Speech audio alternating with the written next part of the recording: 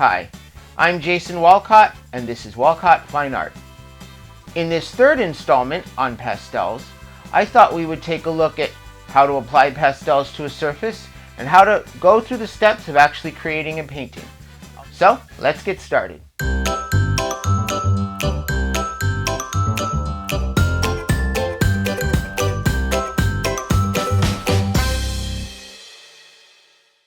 Welcome back to my art channel. Here, you see one of my recently completed pastel paintings. The method that I used to create this painting is the exact same one that I will show you in this demonstration. So before we get started, I'd like to show you the basic setup I have here. As you can see, I've taken a square of white pastel matte paper, and I've mounted it to a vertical board here that's on my easel. I've transferred the drawing to the paper using a basic grid system, which is a great way to transfer a drawing.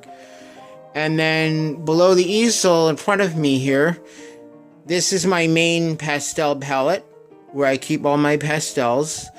And I actually constructed these two cardboard trays myself to hold all my pastels. And as you can see, they're arranged by color from left to right and value from top to bottom, from light to dark. And then in addition to the main palette there, I have these two supplemental trays of the Giraud pastels, which I showed you in video number 2. So let's get started, and I'll explain the process to you a little bit, and then go through the steps of creating the painting. So now that you've seen my basic setup that I'm using, I just want to reiterate, you do not need to run out and buy a whole bunch of pastels. If you're just starting out and all you have is a landscape set or a small set of just a few pastels, that's perfectly fine. I don't want you to be intimidated by my palette, because I do have a lot of pastels, but it's something that I've built up over a number of years because I enjoy working in that medium. But I don't want you to feel that you need to have that many. You can do just fine with a small set. So let's get started. So as I said, I transferred the drawing to my pastel matte paper, and I will put the photo up on the screen here, and you're welcome to use this photo to paint along with me if you'd like to try it. And I chose this simple desert scene with the cliffs and the scrub trees because it had a lot of very large, sort of simple shapes, so it's great for a demo. And so I will show you how I paint pastels. Now, this method I'm going to show you is used by quite a number of different pastel artists. But the artist that really brought it to my attention, because I just want to give her a little bit of shout out of credit, is Liz Haywood-Sullivan. Now, she's a wonderful pastelist. She does beautiful landscapes. And it was while I was watching one of her online pre-recorded workshops, which I will put a link to in the description if you want to check those out, was when this method that she uses really resonated with me, so I kind of picked it up for myself. So that is what I use now. Although it is not exclusive to her or to me, a lot of artists use this method. So let's get started. Now, I already put some gloves and a bottle cream on to protect my hands, which is important, especially if you're using pastel, because the dry pigment's going to dry your hands out just like baby powder. So the basic method that I use for painting in pastel is I start out by laying in an underpainting by putting in some basic big areas and then washing it down with alcohol. So I'll show you how I do that. Now, if I look at the picture here, I can see, if I squint at it a little bit, it sort of simplifies itself into these 1, 2, 3, 4, 5, 6 basic large areas of value. So a good idea for your underpainting is to go in with either complementary colors or colors that will bring a little bit of excitement to the top layers, warmer, cooler, things that'll kind of play off each other like that.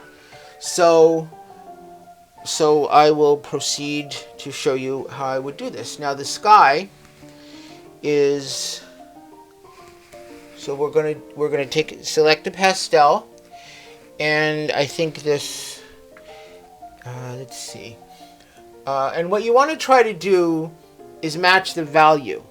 So even if you're not putting in the same colors here, you want to try to get your underpainting in pastel as close to the value of the final painting as possible. And then that makes it easier when you put your final layers on to just go in with the colors that you need, and your underpainting is kind of already established your basic value map for the painting. So for the sky, I'm going to start out, because it's mostly blue, I want to get a little warmer. And so I think we can go in with a little bit of a violet here at the top. And what I'm going to do is just lay in some light strokes like this. Now skies generally get lighter as they move into the distance. So I'll gradually make the pastel a little bit lighter here as I get down near the horizon, and maybe a little bit warmer.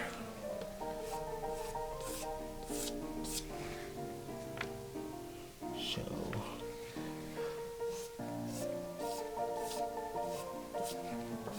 and I'm just laying in some quick swatches here, because again I'm going to wash this down with alcohol, and then we're going to go over top of that with more pastel. So if I'm looking at this cliff here in the distance, there's a lot of blue. I see a lot of blue in that, because atmospheric perspective dictates that the farther away something gets in a landscape, the more blue it's going to get. So if we match the value, I think that's might be a little light. So, okay.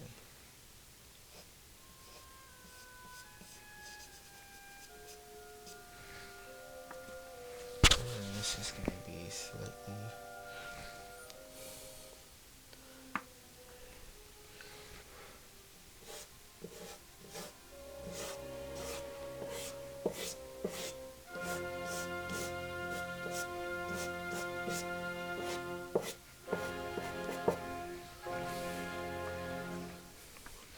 And then for this closest cliff, because that's closer to us and it's much warmer, then you can go in there with a warm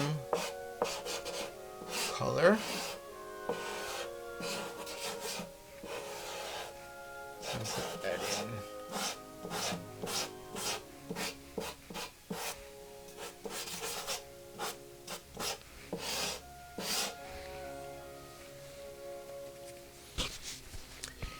And then these trees here in the foreground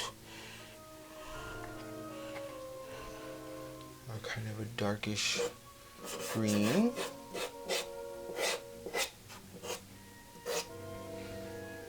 And let's go in with a warm color underneath the foliage here, because then that'll peek through the light areas, and let's see, then this is a good undercolor for the grass as well here in the front. So now that I have my underpainting laid in with the dry pastels, I'm going to go over it with an alcohol wash, and I'm using 70% isopropyl rubbing alcohol, which you can just get from the drugstore, but make sure you always use the 70%. Don't use the 91%, because the 91% is too harsh. It'll destroy the surface of the paper. So always use the 70%. And basically what you're going to do is you want to take a cheap nylon brush like this. Don't use your good brushes. Just get a cheap nylon brush. And we're going to start in the lightest area first, and then move to the darkest, because this alcohol is going to get dirty as I do this. So you just wash it down, and you can really, you know, give it a pretty good soak. You might get some drips and runs. That's perfectly okay, because it will get covered up by the pastel later. And what this is going to do is this is going to wash this pastel I put on here down and kind of fix it to the surface. But you can see how that's basically turning into an underpainting. And once the alcohol dries, then the pastel that's underneath here will not get picked up by what goes on top of it. So then you won't get mud from colors mixing unexpectedly.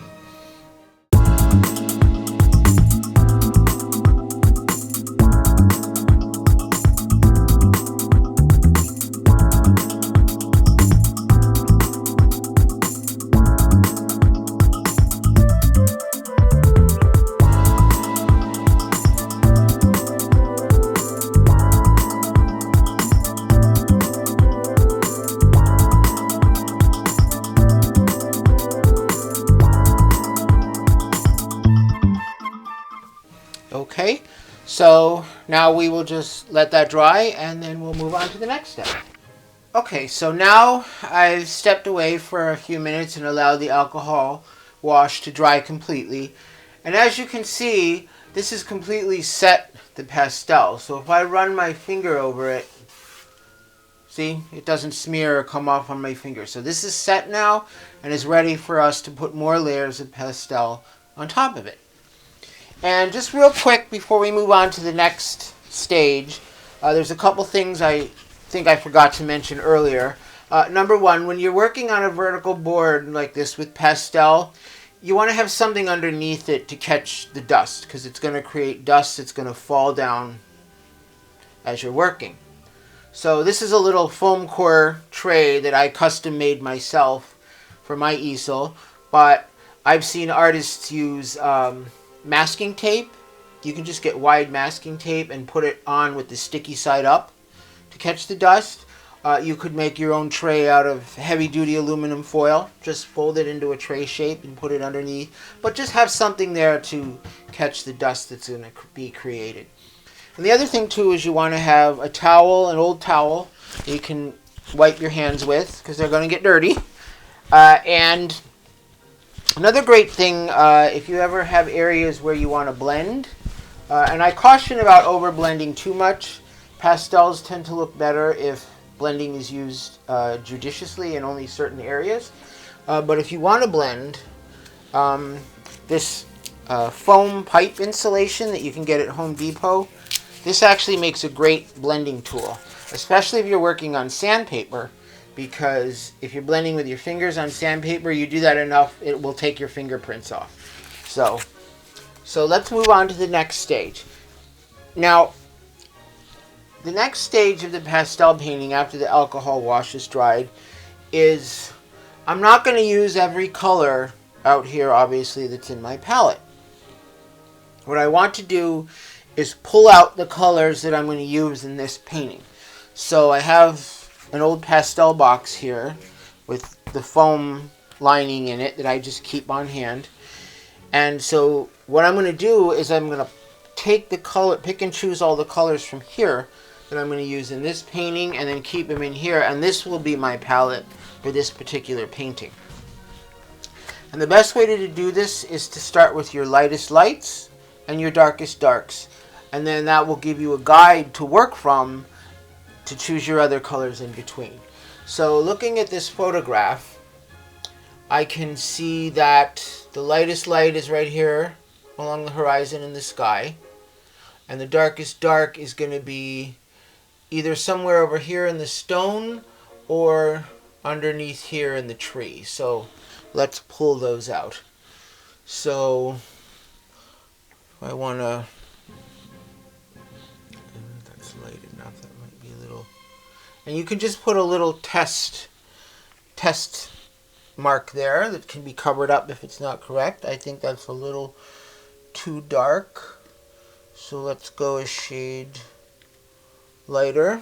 Now the sky tends to get warmer near the horizon, so I think that's perfect.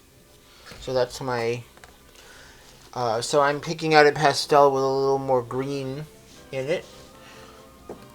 And then the skies are darker than you think when you know, because our brains, we look at the sky, we say, oh, it's light, the sun. But actually, if you look at the sky, it's not as light as you think it is. So you can go a little darker, especially at the top of the sky. If I want something that's quite... photographs tend to overemphasize the dark areas. So sometimes you'd want to go, I think that's good for the trees. And for the dark areas, this is getting kind of purplish red in here. So maybe something like this color might be good. I think that's going to be, yeah, I think that's going to be perfect right there. So, okay, so there's my darkest darks and my lightest lights for the painting. So now that I've pulled those out, we'll work on everything that goes in between.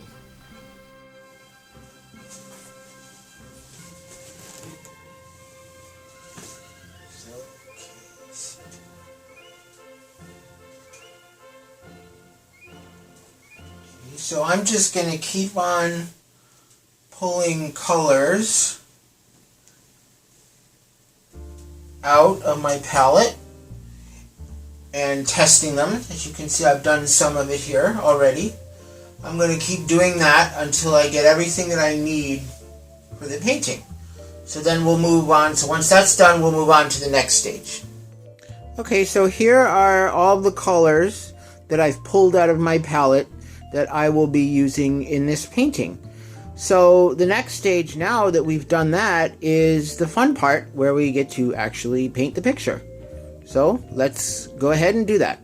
So the first thing I'm going to do is start with the sky, because in a landscape, the best way to do it is to start with the most distant part and then move forward. So you start with the sky, then the next closest element, then the next closest one, and so on. So, and skies almost always get lighter as they get near the horizon, and warmer as well.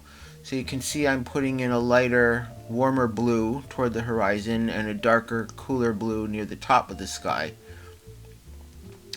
And skies look a lot better if they're blended in pastel, because if you have too much texture in the sky, that kind of kills the illusion of distance. So I'm blending here to just get the sky a little smoother.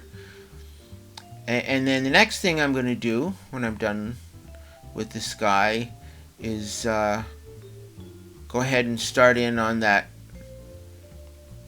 next closest mountain.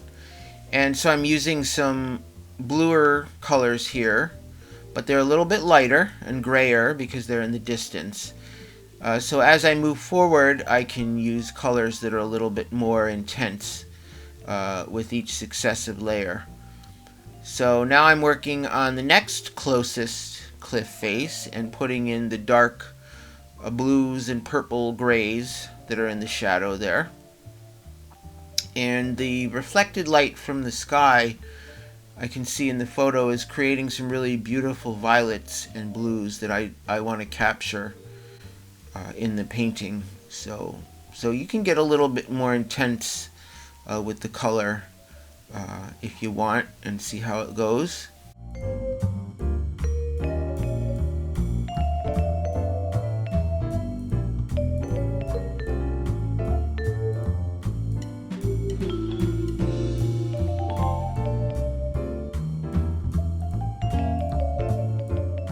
And then I'll start to put in the lighter pastels that are going to be suggestive of the texture in the cliff face as it's kind of catching the light. But remember, the entire thing is basically still in shadow because of the angle the sun is coming from. So don't make it too light. And so now I'm putting in the top of that other cliff face that actually is coming out into the sun, but I'm still not getting too bright here because it's more distant than the closest cliff on the left.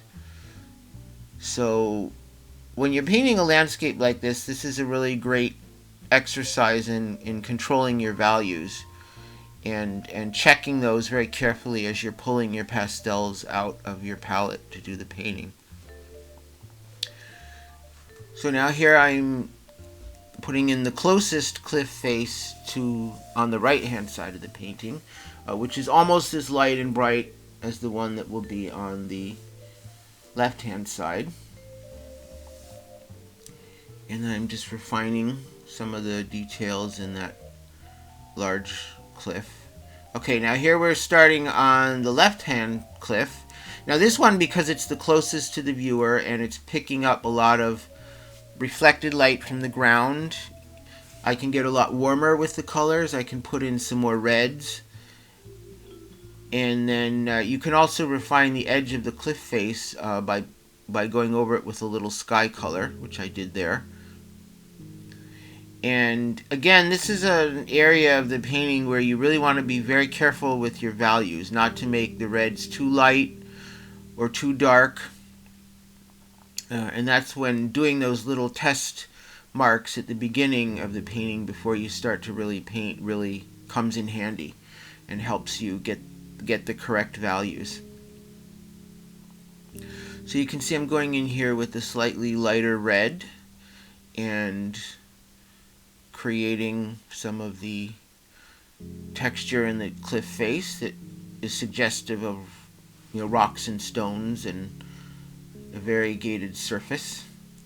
And then of course at the very end I'll start to put in the lightest reds to really give it some dimension.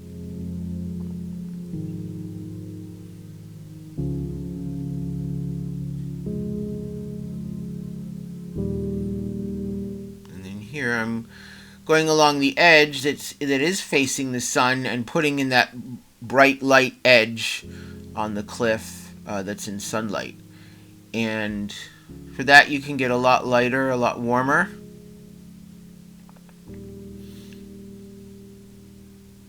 And so it really is picks up that feeling of being in the sun. And because that little area in the front there is jutting out towards us closer, we can make that a little lighter.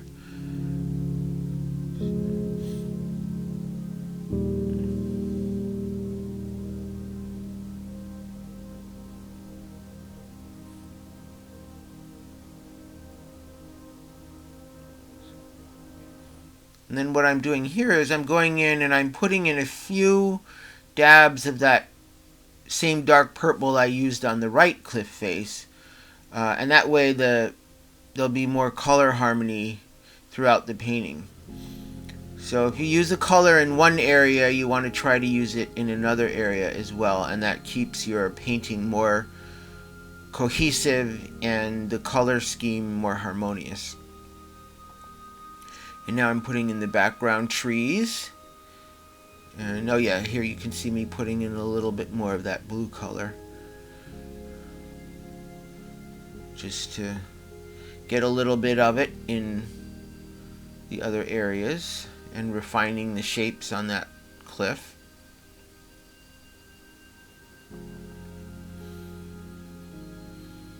And I'm going in and just really emphasizing those bright areas on the cliff face.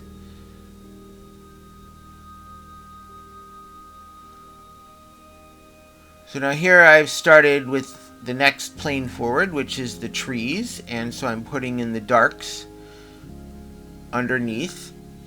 And there is at one point here, after I started to put in some of the lighter areas on the trees, that I realized I needed a slightly darker green for the tree shadows, so I went ahead and pulled out an additional pastel that was darker. And so it's important, again, when you're painting trees like this, not to let your greens get too saturated, especially if they're slightly more distant. So I pulled out some greens that were more on the warmer yellow side, more olivey type greens.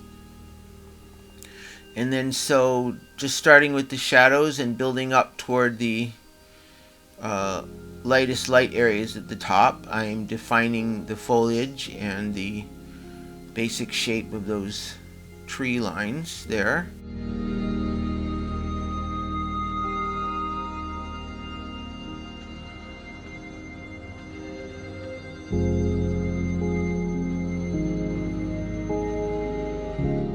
And then finally, last but not least, we're going to start on the frontmost foreground plane that's closest to the viewer. And so again, I'm using colors that I also used in some of the other parts of the painting, just to keep it cohesive.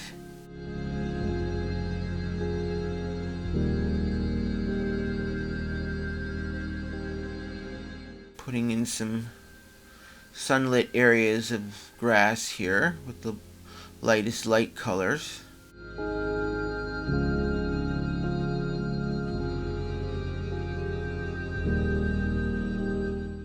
And I'm using a lot of side strokes on the pastel, so rather than using it like you're holding it like a pencil, you'll see me use the wide side of the pastel and do wide strokes. So the strokes are more like painting with a brush rather than drawing with a line.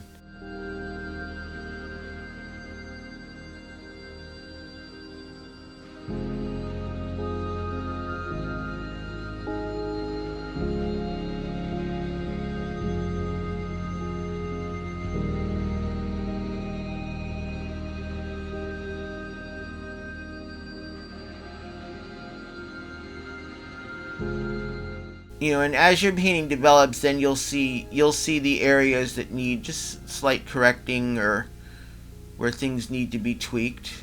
So a painting is just a series of reevaluations and modifications until you arrive at the painting that you want to arrive at. So I realized the shadows in the cliff needed a little tweaking here. So I'm going in and reestablishing those.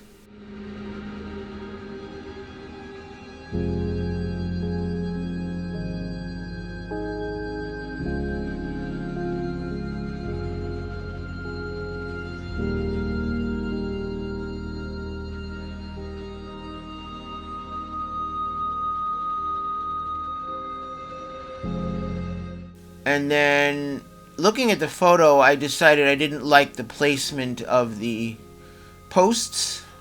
In the photo, there's only two, and generally with art compositions, it's better to have odd numbers of things.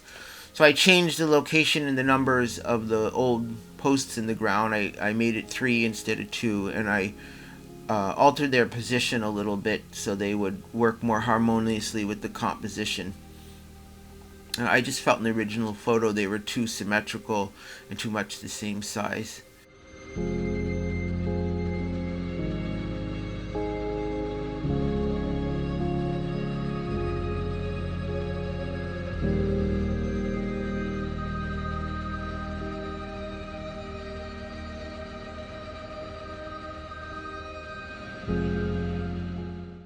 So as we're winding down near the end here, you can see that the last few stages and steps of the painting are just me doing some refinements on some of the areas and going in and fixing the little details. So here you see the final completed painting, and I have gone ahead and signed it in the lower left-hand corner. I hope that you found this demonstration helpful and that you enjoyed it, and I will see you in the next video. Take care.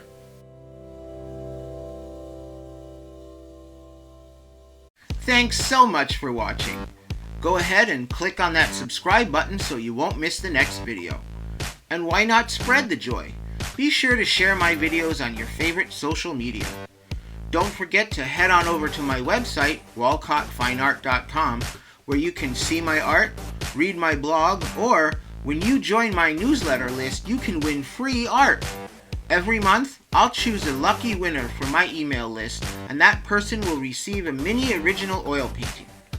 There's a chance to win every month, so be sure to sign up today so you don't miss out.